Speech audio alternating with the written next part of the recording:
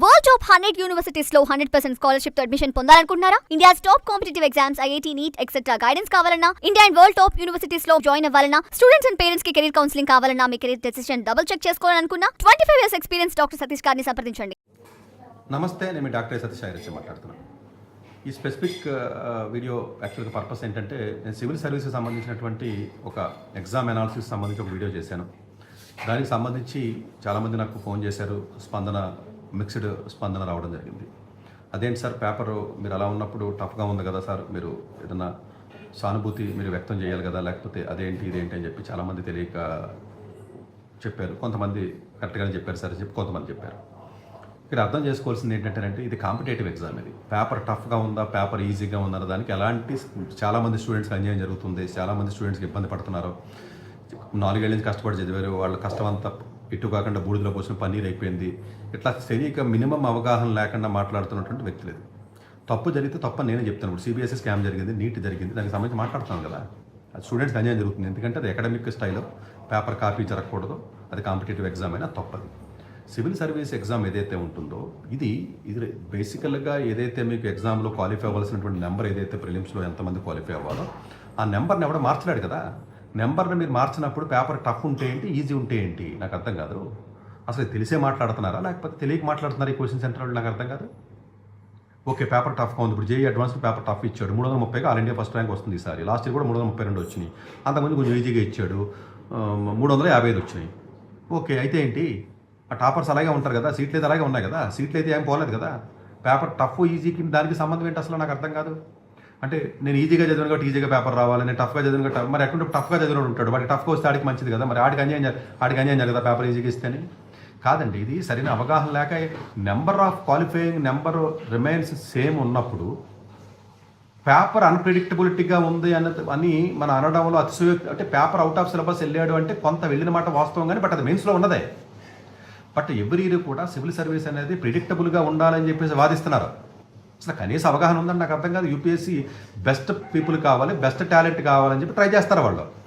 Predict చేయడం నాకు అర్థం కాదు. పాలిటీలో 18 క్వశ్చన్లు ఇవ్వాలి, లేదా హిస్టరీలో 12 క్వశ్చన్లు ఇవ్వాలి, సైన్స్ టెక్నాలజీలో ఇన్ని క్వశ్చన్లు ఉండాలి. అసలు కనీస జ్ఞానం ఉండి మాట్లాడుతున్నారని నాకు అర్థం కాదు. అన్నీ ఎందుకు ఉండాలండి, అన్ని ఉండాల్సిన అవసరం ఏంటి నాకు అర్థం కాదు. ఎప్పుడైనా ఎగ్జామ్ రాసి ఎప్పుడన్నా ఎగ్జామ్ కొట్టిన ఏదైనా 5 ఆఫీసర్ అయితే నీకు తెలుస్తుంది. కూర్చుని 4 పుస్తకాలు చదివి ఫెయిల్ అయిపోయి ఒక్కొక్కటి కోచింగ్ సెంటర్కి వెళ్ళి కోచింగ్ సెంటర్లో పెట్టుకున్నాడు, గాడికి ఎంత తెలుస్తుంది. ఆడైనా ఎగ్జామ్ రాసాడు, చచ్చాడు, ఎప్పుడైనా సెలెక్ట్ అయ్యాడు. వీళ్ళందరూ ఫెయిల్ అయిపోయినాడు కదా. ఈ క్రాస్ రోడ్స్లోనూ, బెంచ్ సర్కిల్లోనూ, లేకపోతే వేరే చోట ఉన్నాడు, అందరూ ఏమైనా ఎగ్జామ్ రాసారేటి. ఎగ్జామ్ అన్ప్రిడిక్టబుల్గా ఉంటుంది. UPSC exam is unpredictable. ఇందులో డౌటే ఉందా? అలా it's single line statement, perfect statement. ఇది ప్రిడిక్ట్ చేసి ఎగ్జామ్ కాదండి. ఇదాని బ్యాంక్ ఎగ్జామ్లో పెట్టాలి, ఆర్ఆర్బీ ఎగ్జామ్లో పెట్టాలి, డిఎస్సీ ఎగ్జామ్లో పెట్టాలి. ఏంటిది నాకు అర్థం కాదు. ఆ ఎగ్జామ్లో ఎందుకు పెడతారండి? యూపీఎస్సీ ఎగ్జామ్ అది అన్ప్రిడిక్టబులే. పాలిటీ 7 ఇచ్చాడు, అయితే ఏంటి, నేను చదివాను సార్ లక్ష్మీకాంత్ నాకు అన్యాయం జరిగింది అంటే ఇంకోటి ఇచ్చాడు కదా, హిస్టరీ ఇచ్చాడు కదా 20 క్వశ్చన్లు, మరి రాయి అందులోను. అదేంటి సార్, నేను హిస్టరీ వీక్ కాబట్టి నేను రాయలేనంటే అది నీ తప్పది. ఎవడో హిస్టరీ స్ట్రాంగ్ ఉంటాడు, ఇప్పుడు ఆడికి మరి ఆడికి ప్లస్ జరిగింది కదా. మరి అంటే ఎప్పుడైనా సరే ఒక ఎగ్జామ్లో కాంపిటేటివ్ ఎగ్జామ్లో రాసినప్పుడు కొంతమందికి అది ఫేవరబుల్గా ఉండొచ్చు, కొంతమందికి ఫేవరబుల్గా ఉండలేకపోవచ్చు. Okay, let it be. Overall number అదే కదండి. ఓకే, కొంతమందికి ఫేవరబుల్గా లేదు, ఒప్పుకుంటాను నేను. 4వ సారి రాశారు, 5వ సారి రాశారు, జనాలు సూసైడ్ చేసుకుంటారు, లేదా సూసైడ్ చేసుకుంటారు అంటున్నారు, లేకపోతే మాకు ఎందుకు పనికి రకంగా అయిపోయి ఎవడంటే 5 ఏళ్ళు 6 ఏళ్ళు కూర్చొని యూపీఎస్సీ ఎగ్జామ్ చదవమని చెప్పాడు మిమ్మల్ని. యూత్ టీనేజ్ ఇయర్స్ ఏదైతే ఉందో దాన్ని వేస్ట్ చేసిన ఎవడని చదవమని చెప్తారు. నాలాంటి ఇప్పుడు చెప్పలేదు ఎవరికైనా. జనరల్గా ఎగ్జామ్ ప్రిపేర్ అవ్వడం ఒక 18 months సరిపోతుంది. సో మీరు ప్రిపేర్ అయ్యేటప్పుడు ఫ్రెష్ మైండ్తో ప్రిపేర్ అయ్యేటప్పుడు అన్ప్రిడిక్టబుల్గానే ఉంటుంది. కరెంట్ అఫైర్స్కి సంబంధించినటువంటిది డిఫరెంట్గా ఇచ్చాడండి. డిఫరెంట్గా ఎందుకు కూడా నోబెల్ ప్రైజ్ ఎవరికి వచ్చిందని పేరు అడగడానికి ఇది ఏమన్నా బ్యాంక్ ఎగ్జామా? వాడు ఇంతకుముందు ఎక్కడ చదివాడు, ఏ యూనివర్సిటీలో చదివాడు, లేదా ఏం చదివాడు అని అడిగాడు. తప్పే ఉంది అందులో, తెలుసుకో అది. లేకపోతేనేమో యుఎన్ సంబంధించినటువంటిది ఏ పీరియడ్లో ఎక్కడ జరిగిన సమావేశాలను అడిగాడు, ఒక పీరియడ్ అడిగాడు. తప్పే ఉంది అందులో. ఇది ప్రిడిక్టబుల్ ఏంటి, ప్రిడిక్ట్ చేయడానికి ఉంటుంది కదండి. ఇది ప్రిడిక్ట్ చేయడం అనేది ఏదైతే ఉంటుందో ఆ ప్రిడిక్షన్ ఆప్షన్ ఉండదు కదా. సో దయచేసి ఇక్కడ 1-2 సార్లు మీరు అర్థం చేసుకోవాల్సినటువంటి విషయం ఏంటంటే, UPSC exam is completely unpredictable. 2023లో అలాగే గోల్ చేశారు, 19లోనూ గోల్ చేశారు, 16లోనూ గోల్ చేశారు. అలా చేస్తూనే ఉంటారు గోల. మరి సెలెక్ట్ అవుతున్నాడు కదా. ఇప్పుడు 70 కట్ ఆఫ్ తగ్గింది, అయితే ఏంటి ప్రాబ్లం ఏముంది? ఇప్పుడు కట్ ఆఫ్ 90 ఉంటుంది అనుకున్నారు ఎగ్జామ్ రాయకుండా చాలా మంది. ఇప్పుడు 75 రావచ్చు, 75-80 మధ్యలోనే వస్తుంది. ఓకే, కట్ ఆఫ్ తగ్గింది కదా, క్వాలిఫై అవుతావు కదా, క్వాలిఫైయింగ్ మార్క్సే కదా. దీనికి లొల్లు ఏంటి? నేను చదివాను, నాకు కన్వీనియంట్గా పేపర్ రాలేదంటే ఇంకోటికి వచ్చింది కదా, కొన్ని వాడు బెనిఫిట్ అవుతున్నాడు. అవనే ఇక్కడ ఒకటి బెనిఫిట్ అవుతున్నాడు, ఒకటి బెనిఫిట్ అవ్వట్లేదు అని కాదండి. టోటల్ నెంబర్ రిమైన్స్ ఏమన్నప్పుడు కోచింగ్ సెంటర్ గోల్ ఏంటి అసలు? మాకు ఎలా కోచింగ్ చెప్పాలో మాకు తెలియట్లేదు, లేకపోతే ఎలా ట్రైన్ చేయాలో అలా కరెక్ట్గా తెలిసి చేయడానికి 6 నెలల ట్రైనింగ్ ఇవ్వడానికి బీఏలు బీకామ్లు లేకపోతేనేమో ఎక్కడో టైర్ 3 కాలేజీలో చదివిన వాళ్ళు కూర్చోబెట్టి మీరు ప్యాటర్న్లో ట్రైనింగ్ ఇచ్చేసి ఈ పేపర్ సిలబస్ ఇదే, ఈ లక్ష్మీకాంత్ చదవండి, లేకపోతేనేమో ఇక్కడ హిస్టరీ ఇది చదవండి, లేకపోతేనేమో ఎన్సీఆర్టీ బుక్ చదవండి, లేకపోతేనేమో ఏదో శంకర్ ఐఏఎస్ అకాడమీ బుక్ చదవండి, ఎన్విరాన్మెంట్కి చదవండి, లేకపోతేనేమో ఐఆర్కేఎం ఇలా చదవండి. ఇది కాదు కదండి. ఎవడైతే కరెంట్ ఈవెంట్స్కి సంబంధించినటువంటి పట్టు ఏదైతే ఉంటుందో అదే ఆ బుక్స్ చదివితే బుక్స్లో క్వశ్చన్లు వచ్చే సిస్టమ్ యూపీఎస్సీలో ఉంటుందని ఎవరు చెప్పాడు అసలు మీకు? అసలు వాడు అన్ప్రెడిక్టబుల్గానే కొంచెం డీప్గా వెళ్తున్నాడు. అంటే ఎట్లాగున్నా కూడా క్వశ్చన్ని మీరు సిద్ధపడి మీరు ఎలా ఎగ్జామ్ హాల్లో లెంగ్తీగా ఇచ్చాడు, అదొకటి తప్పదు. మేబీ 2 అవర్స్లో 45 పేజీల పేపర్ ఉంది. అందులో సరే 45 అంటే 45 ఏమి ఇంగ్లీష్లో ఉండాలండి, సగం పేజీలే ఉంటాయి, హిందీ ఉంటాయి కదా. ఒక 20 పేజీల పేపర్ ఉంటుంది, 24 పేజీలు 23 పేజీల పేపర్ ఉంది. ఓకే ఉంది, ఆ పేపర్ చదవడానికి డెఫినెట్గా టైం పడుతుంది. అదే అందరి వల్ల అవ్వదు. మేబీ ఆ స్పీడ్ చదవగల క్యాపబిలిటీ ఎవరికైతే ఉంటుందో వాళ్ళకి అవకాశం ఉంటుంది. అది కూడా కట్ ఆఫ్ తగ్గింది కదా. ఓకే చదవగలిగాడు ఎవడో ఉంటాడు, వాడికి బెనిఫిట్ అయ్యిందంటే అయ్యింది, అవనేవండి అయ్యింది అవనే. ఇప్పుడు నీకు అవ్వలేదని బాధ ఎందుకు? ఇంకొకటికి అయింది కదా, ఆడు క్వాలిఫై అవుతున్నాడు కదా. ఆంధ్రప్రదేశ్ నుంచి తెలంగాణ నుంచి క్వాలిఫై ఎంతమంది అవ్వాలి అంతమంది అవుతారులే, దాని గురించి వరి అవ్వాల్సిన అవసరం లేదు. నీ కోచింగ్ సెంటర్లోనో లేకపోతే నువ్వు ఇంకొకటి ఉన్నవాడు అవ్వలేదని అంటే ఎట్లాగా? కరెంట్ అఫైర్స్ సంబంధించి డీప్గా ఇచ్చాడు అని చెప్పి డీప్గా ఒకవేళ స్లోగా ఎందుకు ఇస్తాడు నాకు అర్థం కాదు. గవర్నమెంట్ ఆఫ్ ఇండియా ఏదైతే ఉంటుందో అఫీషియల్ వెబ్సైట్స్ ఏవైతే ఉంటాయో వెబ్సైట్స్లో తీసిచ్చాడు. బుక్స్ చదివితే ర్యాంక్ వస్తే ఎవరు చెప్పాడండి? ఇలా చెప్పే కదా బీఏలు బీకామ్లు లేదా సివిల్ సర్వీస్ కోచింగ్లు అని చెప్పేసి ఎక్కడ పడితే అక్కడ కోట్లు దనుకుని మీరు మీరు మీరు నాశనం చేస్తున్నారు. ఒక్క మోడల్ టెస్ట్ పేపర్ల మీద 1,00,000 కోట్ల వ్యాపారం జరిగిందంట సివిల్ సర్వీస్ మీద. 4 లక్షల మంది రాశారండి. కరెక్ట్గానే వెళ్ళారు. 50 కోట్లు అంటే 100 కోట్లు, 1,00,000 కోట్లు కాదు, ఓన్లీ మాక్ టెస్ట్లకు పేరు చెప్పి. ఎందుకంటే చాలా లక్షల మంది రాస్తారు కదా, ఆల్మోస్ట్ 5.5 లక్షల వరకు రాశారు కదండి. వీళ్ళందరూ మాక్ టెస్టులు రాస్తారు కదా, ఒక్కొక్కడానికి పేపర్ వేసుకున్నారు. అంటే ఓవరాల్గా మీకు పేపర్ ఎగ్జామ్ ఏదైతే ఉంటుందో అది అన్ప్రెడిక్టబుల్గానే ఉంటుంది. దీనికి fixed rule paper pattern define చేయమని అడుగుతారు. యూపీఎస్సీని ఎవడన్నా పేపర్ బుర్ర బుద్ధి ఉందా అసలు? కదా అసలు మీకు అలా యూపీఎస్సీ అంటే ఐడియా ఉందా? అది గవర్నమెంట్లో బెస్ట్ టాలెంట్ని పిక్ చేయడానికి పెట్టిన ఎగ్జామ్. అది భారతదేశం మొత్తం మీద 1000 మంది తీసుకుందాం చేస్తున్నారు. అది ప్రిడిక్టబుల్ ఏంటి? ఇదన్నా బ్యాంక్ ఎగ్జామా లేకపోతే ఏంటి నాకు అర్థం కాదు. ఏమన్నా 10వ తరగతి పరీక్ష లేదా 12వ తరగతి పరీక్ష లేదా బీటెక్ పరీక్ష? ప్రిడిక్ట్ చేయడానికి ప్రిడిక్షన్ ఉండదు ఇక్కడ. అయినా కూడా మీరు అన్ని రకాలుగా సిద్ధంగా ఉండి మానసికంగా ఎగ్జామ్ హాల్కి వెళ్ళి ప్రెజర్ టెన్షన్ పడిపోయింది సార్, ప్రెజర్ అయిపోయింది సార్, పేపర్ చదివి ప్యానిక్ అయిపోయినంటే అవసరం లేదు, నీళ్ళంటే అవసరం లేదని చెప్తున్నాడు. ప్యానిక్ అయిపోయినాడు ప్రెజర్ తీసుకున్నవాడితో పనే లేదు అసలు, అవసరం లేదు. వాళ్ళు వచ్చేం చేస్తారు? 4 ఏళ్ళు చదివి స్క్రాప్ అంతానో. ఎవడైతే షార్ప్గా ఉంటాడో, ఎవడైతే ఇన్స్టాంటేనియస్గా రియాక్ట్ అవుతాడో, ఎవడైతే అడాప్టబుల్గా ఉంటాడో, ఎవడైతే అనలిటికల్గా ఆలోచించగలుగుతాడో, ఎవడైతే సిచ్యువేషన్ బట్టి వాడి యొక్క స్కిల్ని వాడతాడో కస్టమైజ్డ్గా, ఎవడైతే క్వశ్చన్స్ ఆన్సర్ గెస్ చేయగలుగుతాడో, గెస్ అంటే లాటరీ కాదు, మరి సరిగ్గా తెలియదు అనుకుంటారు మీరు. పర్ఫెక్ట్గా క్వశ్చన్ మీకు తెలియదండి, అయినా ప్రాపర్గా గెస్ చేసే ఎబిలిటీ ఉండాలి. రేపు పొద్దున జాబ్లోకి వచ్చిన తర్వాత ఈ జాబ్ చేసినోడు ఎవడన్నా మాట్లాడితే అది అర్థమవుతుంది. వీళ్ళందరూ జాబులు చేయలేదు కదా, పాఠాలు చెప్పుకునేవాళ్ళు. వీళ్ళు చెప్పడం వీళ్ళు తెలియదు అలా సర్వీస్ ఎలా ఉంటుందో. ఒక ఉద్యోగం చేస్తున్నారు, సడన్గా ప్రాబ్లం వచ్చిన సొల్యూషన్ ఎవరికి రాసి ఉండదు అక్కడ, గెస్ చేసి చెప్పాలి. గెస్ చేసి ఇదైతే బాగుంటుంది సొల్యూషన్, ఇదైతే బాగుంటుంది సొల్యూషన్, ఇదైతే కరెక్ట్గా ఉంటుంది, ఇదైతే మంచి జరుగుతుందని కొంత గెస్ చేసి పాస్ట్ ఎక్స్పీరియన్స్ని కూడా యాడ్ చేసి వాడుకున్న తెలివిని వాడి సొల్యూషన్ చెప్తారు. కరెక్ట్గా ఇది ప్రాబ్లం, ఇది సొల్యూషన్ గవర్నమెంట్లో జాబ్ జాయిన్ అయిన తర్వాత ఉంటుంది. వస్తుంది ఏంటి మీకు? మీరు ఏదో డిఫెన్స్ సర్వీస్కి ఉద్యోగానికి వెళ్ళారు, లేకపోతే ఇది రైల్వే సర్వీస్కి వెళ్ళారు, లేకపోతే పోదానికి వెళ్ళారు, క్వశ్చన్ అండ్ ఆన్సర్ ఉంటుంది. ఏంటి ఏమన్నా నాకు అర్థం కాదు. ప్రతిదీ అన్ప్రెడిక్టబులే. Job itself is unpredictable, problems itself is unpredictable. అయినా కూడా సొల్యూషన్స్ ఇవ్వగలిగేంత ఎబిలిటీ కావాలంటే ఎగ్జామ్ రాసినప్పుడే అలాంటి అన్ప్రెడిక్టబిలిటీని వాడు చెక్ చేస్తున్నాడు. ఆ క్వశ్చన్స్ని ఒక ప్యాటర్న్లో ఎందుకు ఇస్తాడు? హిస్టరీ లాస్ట్ ఇయర్ 12 ఇచ్చాడు, ఇప్పుడు 20 ఇచ్చాడు. అప్పుడు పాలిటీ లాస్ట్ ఇయర్ 15 ఇచ్చాడు, ఇప్పుడు 8 ఇచ్చాడు. అప్పుడు కరెంట్ అఫైర్స్ తక్కువ ఇచ్చాడు, ఇప్పుడు ఎక్కువ ఇచ్చాడు. కరెంట్ అఫైర్స్ సంబంధం లేని క్వశ్చన్లు అడిగాడు. సంబంధం లేని క్వశ్చన్లు ఎందుకు అడుగుతారండి? సంబంధం ఉన్న క్వశ్చన్లే అయ్యి, మీకు రాకపోతే సంబంధం లేదు. సో 1000 రకాల టాపిక్స్ ఉన్నప్పుడు సివిల్ సర్వీస్లో అందులో 100 టాపిక్లు తీసుకుని క్వశ్చన్లు అడిగాడు. మిగతా 900 టాపిక్స్ నేను చదివానని చెప్తున్నాడు. చదివితే ఓకే చదివావు. ఏ కాంపిటేటివ్ ఎగ్జామ్ అని అంతే కదండి, ఏ కాంపిటేటివ్ ఎగ్జామ్ అని అంతే కదా. 100 టాపిక్లు తీసుకుని అటు ఇటు వెళ్ళాడు, ఇంటర్ప్రిట్ చేసుకున్నాడు, లింక్ చేసుకున్నాడు. దీని పేపర్ టఫ్గా ఇచ్చాడు, మీరు రాయండి సార్ తెలుస్తుంది అన్నాడు. ఎవడో కామెంట్ పెట్టాడు. నేను రాయడం నాకు అర్థం కాదు. నీకు రాయడం చేత కాలేదు కదా, నీకు చేత కాలను పక్కకు పో, ఇంకొకటి వచ్చి రాస్తాడు. ఇంకొకటైతే క్వాలిఫై అవుతున్నాడు కదా. ఇప్పుడు ఆంధ్రప్రదేశ్లోను తెలంగాణలో భారతదేశంలో ప్రిలిమ్స్కి ఎంతమంది క్వాలిఫై అవ్వాలో ఒక్క నెంబర్ తక్కువ లేకుండా క్వాలిఫై అవుతున్నప్పుడు ఏంటి బాధ ఎవరికి? మీరు మోస పద్ధతిలో ఒక సిస్టమేటిక్గా ఒక ప్యాటర్న్ ఫాలో అయినటువంటి విద్యార్థులు లేదా కోచింగ్ సెంటర్లో ఉన్న టీచర్స్కి ఎవరికి నొప్పి వస్తుంది అంటున్నాను.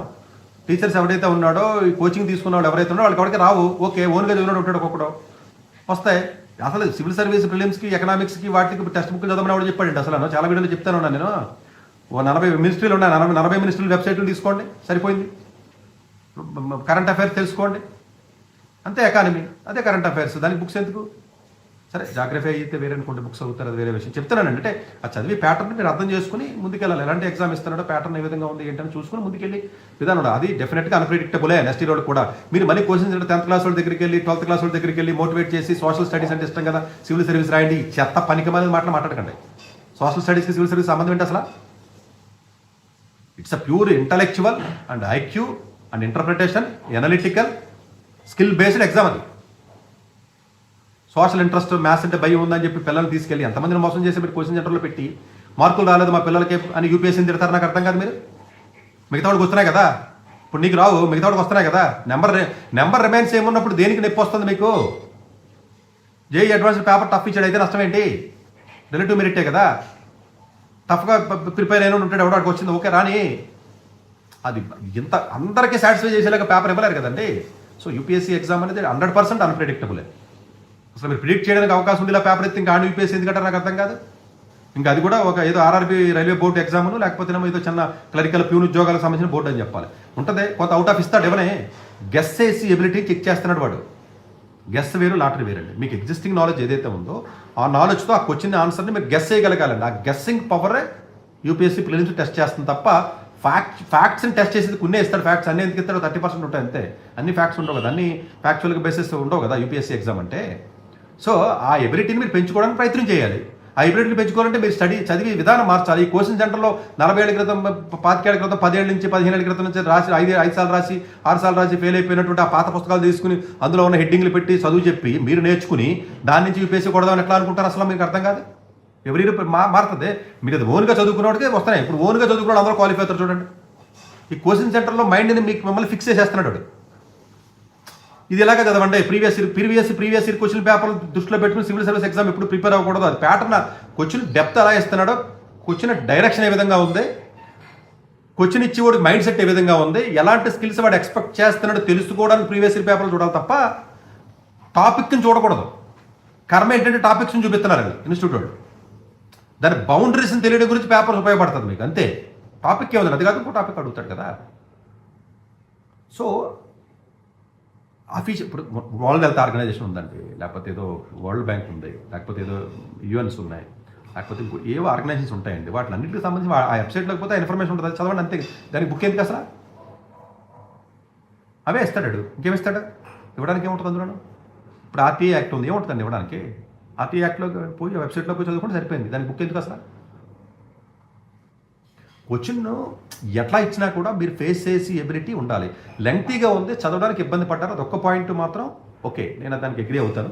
బట్ స్టిల్ కొంచెం బాగా స్పీడ్ లెర్నర్స్ ఎవరైతే ఉంటారో, క్విక్ లెర్నర్స్ ఎవరైతే ఉంటారో, అడాప్టబిలిటీ ఎవరికైతే ఉంటుందో ఆ ప్రెజర్ మేనేజ్ చేసి రాయగలిగారు. కొంచెం కట్ ఆఫ్ తక్కువ ఉంటుంది. ఇప్పుడు 91 వలసిన 75 పాస్ అవుతున్నారు కదా, దేనికి బాధ అంటున్నా నాకు అర్థం కావట్లేదు. అసలు మీ ఇన్స్టిట్యూట్ వాళ్ళకి బాధ ఏంటో. ఎగ్జామ్ మీరు రాయండి సతీష్ గారు, మీకు తెలుస్తుంది బాధ అంటే. నేనెందుకు రాయాలి? బాధ తిరిగి ఏంటి నాకు అర్థం కాదు. 75 కూడా తెచ్చుకోలేకపోయి కాబట్టి క్వాలిఫై అవ్వలేదు, పక్కకి వెళ్ళి ఇంకొకటి వచ్చి క్వాలిఫై అవుతాడు, సరిపోతుంది కదా. ఇవన్నీ దృష్టిలో పెట్టుకుని దయచేసి ఇది యూపీఎస్సీ నెక్స్ట్ టైం ప్రిపేర్ అయ్యే విద్యార్థులకు అర్థం అవ్వాలని చెప్తున్నాను. It is unpredictable exam. మీ ఊహకు అంతకంటే పేపర్ ఉండాలి. అలా ఉంటేనే బెస్ట్ హార్డ్ వర్కర్స్ కాదు కావాల్సింది, అడిగి బెస్ట్ ఇంటలెక్చువల్స్ కావాలి. బెస్ట్ పీపుల్ అంటే బెస్ట్ హార్డ్ వర్కర్స్ కాదు. 4 ఏళ్ళు చదివి సోషల్ స్టడీ చదివిన వాళ్ళు ఎందుకు ఈ చెత్త అంతా ఆన్లైన్ చేసుకుంటారు నాకు అర్థం కాదు.